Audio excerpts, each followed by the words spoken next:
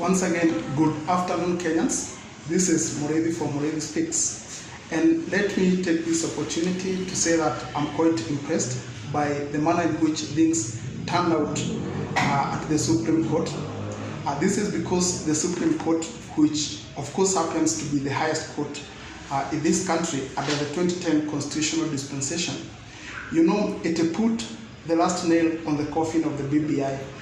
And the implications of this is that the executive is not going to have to get an opportunity to be expanded because, as you know, this is one of the clauses that was in the BBI bill, and essentially it was meant to expand the executive so that the politicians in this country could have an opportunity to share positions between themselves. So such a clause was bound to, have a lot of disastrous effects, on this country, because it was expedient on the part of politicians, but harmful on the part of the people, because of course the cost of maintaining an expanded executive was bound to be very high. And obviously, the BBI also introduced the concept of expanding the constituencies of this country. In fact, they were suggesting to introduce more than 70 constituencies in this country. In fact, the cost of introducing 70 constituencies was bound to be very high, and it was very detrimental on the parts of the citizens of this country. So I'm quite impressed that the Supreme Court has put the last nail on the BBI at last. So, and another thing, another harm that was bound, to be occasioned by the BBI is the fact that they were suggesting to introduce an ombudsman.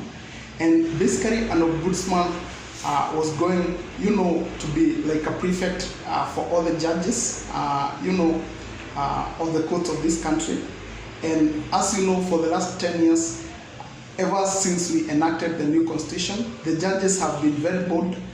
The judiciary in this country has taken up their position in ensuring that at least there is a culture of constitutionalism, although it is still in the baby steps, but they have been very bold, in cautioning politicians, to observe the laws of this country, and also issuing court orders which have acted as a check against the excesses of the executive in this country.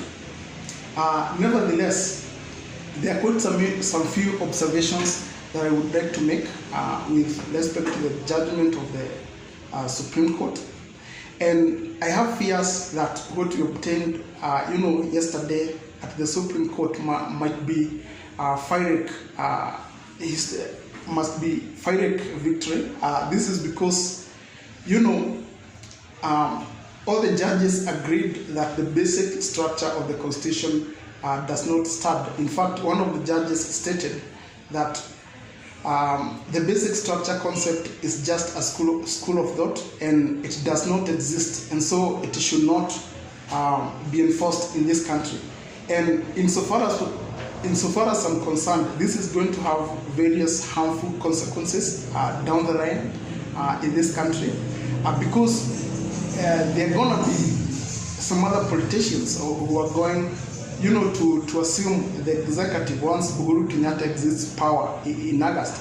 And those politicians, because the nature of man across the world is the same, the nature of man is that he is going to stretch the limits as far as possible, so long as that serves him. So by finding that the Constitution of Kenya does not have a basic structure, that means we might have another president who might want to extend, his term, who might want to serve instead of the 10-year limit, which is, enacted in the current constitution. He might want to serve for like 20 years. Yeah. So that is why I think this is quite unfortunate of the judges of the Supreme Court. And I must also say that if you compare the quality of the judgment that was issued by the judges at the High Court, and you compare the one that was issued by the Supreme Court, In fact, if it was possible for a substitution to happen so that we can have the judges of the High Court sitting at the top court of this country, which is the Supreme Court, I believe that it would be better for the constitutionalism and enriching the culture of rule of law in this country, because some of the judges like Joki Dongo, have been at the Supreme Court for a long period of time, and it is very unfortunate that they keep on, seeming to render judgments which are favorable for the executive at the expense of the people.